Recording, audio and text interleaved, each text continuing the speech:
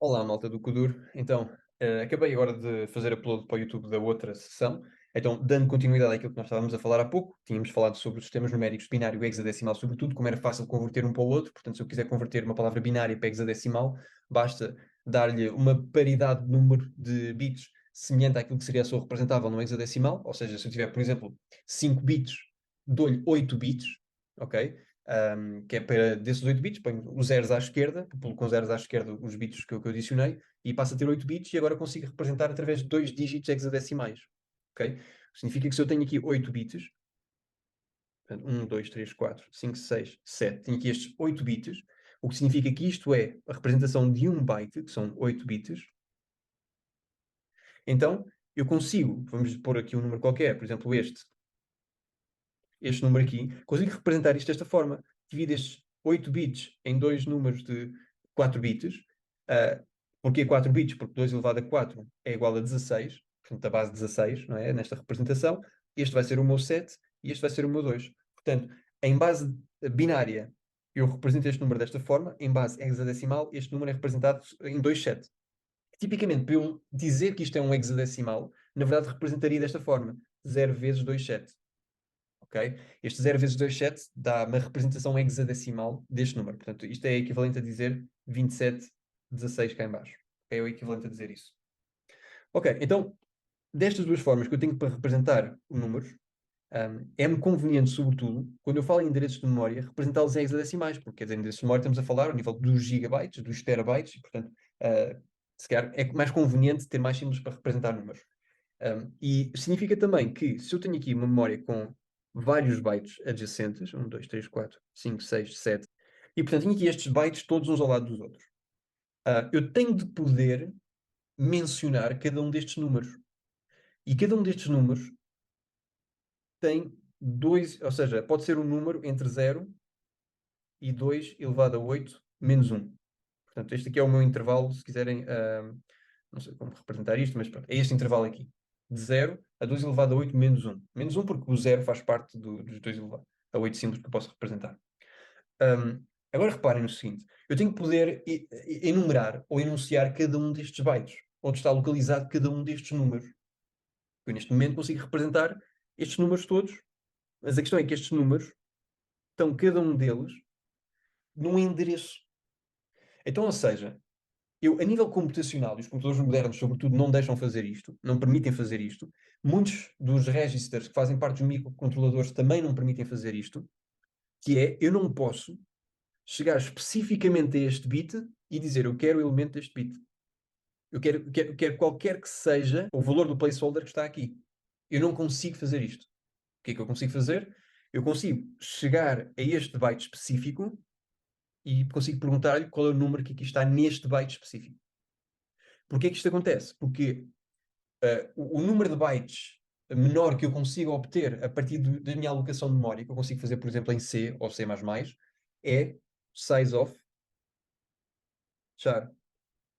E isto é exatamente um byte. Okay? Portanto, isto é o mínimo de endereço de memória que eu consigo obter na grande parte das arquiteturas modernas. Aliás, em praticamente todas as arquiteturas modernas. Um, e, portanto, eu não consigo chegar-me ao pé de um bit específico e dizer eu quero este bit. Eu consigo sim chegar-me ao pé deste byte e dizer eu quero estes 8 bits. Isto eu consigo fazer. Porquê? Porque eu ando de byte em byte. Okay? Eu não ando de bit em bit no meu computador, ando de byte em byte. Porquê que eu ando de byte em byte? Porque cada um destes bytes, podemos pensar nele como se fosse um conjunto de placeholders chamado um registro. Neste caso, um registro de memória. Ok? Eu posso ter registros que em vez de 8 bytes, desculpa, em vez de 8 bits, são 16 bits, tudo bem. São registros de 2 bytes, tudo bem. Eu não posso andar lá pelo meio das intermitências do byte. Ok? Portanto, eu tenho de ir sempre em múltiplos de byte. Ou seja, tenho de ir sempre em múltiplos de 8 bits. Um, Agora o que acontece? Eu tenho que poder então mencionar nos giga de bytes que eu tenho no meu computador, tenho que poder enumerar cada um deles. Então este, eu vou enumerar hexadecimalmente, vamos dizer, como sendo o endereço 00. E o próximo, como é logo imediatamente a seguir, é o endereço 01. Endereço 02, por aí fora. Cada registro na memória do computador armazena 8 bits. Pode armazenar mais do que 8, mas vamos supor que todos eles armazenam 8 bits. Então eu não consigo ir a um bit específico de um registro, ver que valor é que tem.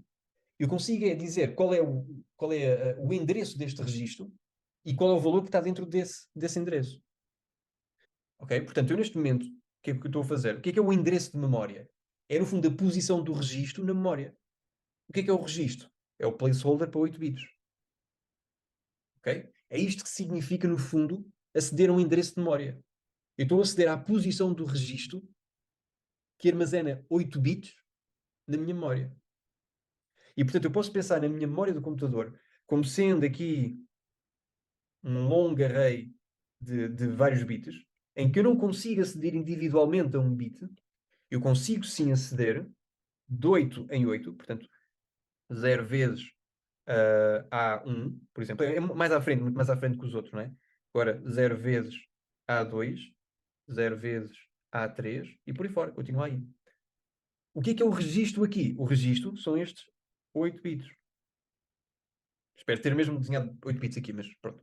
Se eu não desenhar bem, são 8 bits que estão aqui dentro. O que é o seguinte registro? São estes próximos 8 bits. Mas como é que eu acedo a este registro? Porque este registro tem que ter uma posição na memória. Bem, a posição é esta. É o endereço que ele tem na memória.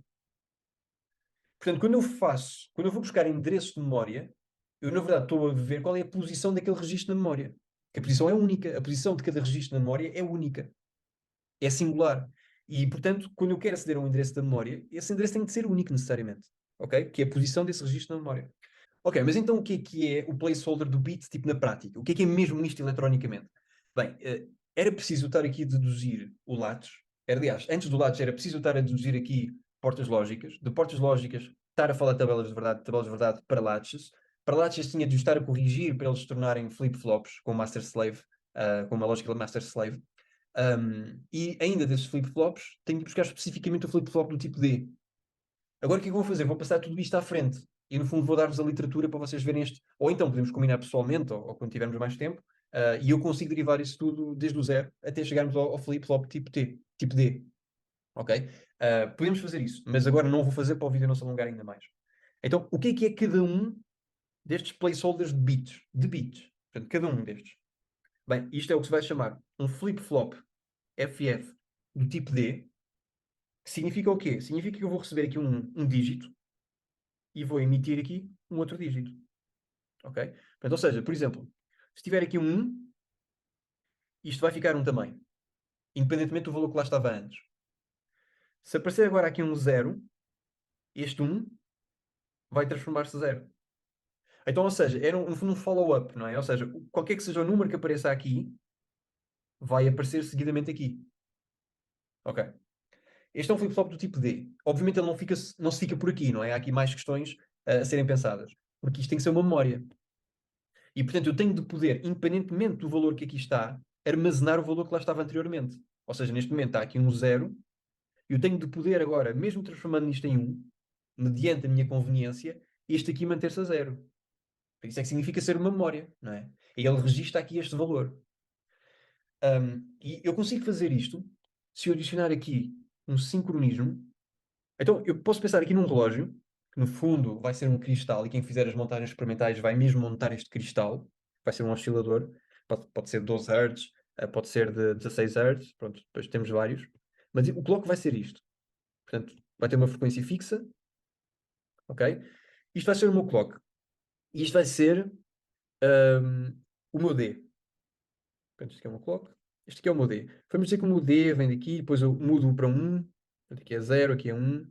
Agora aqui, sei lá, posso pôr também aqui um 0, agora posso pôr aqui um 1. Eu estou a inventar, malta, ok? Agora aqui um 0. Ok. O que é que me importa realmente? Portanto, este D aqui, vou até pôr a azul, este D aqui é esta entrada aqui. Portanto, é o que eu ponho, é o que eu imponho. O que é este Q que aqui está? Bem, é a saída. Agora, o que é que eu digo que este flip-flop é? Eu digo que este flip-flop vai ser acionado, ou ele vai entender a lógica de passagem de informação, apenas no edge triggered positivo. De low para high. Ou seja, quando o clock vai de low para high, é quando ele entende que vai passar qualquer que seja o valor de D para quê? Mas só quando o clock muda de low para high. Isto é o que se chama um flip-flop D, edge triggered. Edge triggered porque leva o trigger quando, no edge, na passagem do 0 para 1. Poderia ser de 1 para o 0, mas neste caso estamos a considerar de 0 para 1. Ou seja, neste momento aqui, reparem, passei aqui o clock, fez aqui um ciclo, não é? E na verdade, aqui não acontece nada. Não acontece nada aqui. Porquê? Porque apesar de ter havido aqui o edge trigger positivo, o meu D era 0. E portanto o meu Q também tem que ser 0 aqui. Só que agora o que acontece quando eu chego a este próximo? Eu só tenho que considerar os edge triggers, não é? Só tenho que considerar quando o 0 passa para 1. Portanto, o clock passou de 0 para 1 aqui. Portanto, esta parte é importante. Se ele passou para aqui, agora é que eu aqui, quando há este edge trigger positivo, de 0 para 1 no clock, agora é que ele de facto vê quando é que o que é que o D é e vai passar esse D para quê? Neste momento, o D é 1. Então, o Q vai passar a 1. Ok, então continua a sua vida. Vamos olhar para o próximo edge trigger positivo. Vamos considerar isto assim, para não ver aqui grandes erros. Já estão a ver como é que isto pode falhar, não é? Pode haver aqui pequenos problemas se um estiver sobreposto ao outro desta forma, não é? Que há ambiguidade. Mas não vamos considerar isso agora. Então, há aqui este próximo problema. Vamos considerar aqui, agora que é 0. Portanto, nesta parte aqui é 0, que significa que então agora vira para 0 aqui. Porquê? Porque como há um edge trigger de baixo para cima, no clock, ele vai detectar o que é o D, mas o D aqui é 0. Então, aquele que era o que é antes, passa agora para aquilo que é o D agora, que é 0. Próximo edge trigger positivo, que é este aqui. Bem, aqui muda outra vez. Muda aqui outra vez. Agora, quando é que é o próximo edge trigger positivo? É este aqui. Reparem, o D é 1, portanto ele vai manter-se 1. Agora, o que é interessante aqui? É que aqui, é tipo ele muda aqui, o D muda, entretanto, se vocês notarem o D que está aqui, entretanto mudou.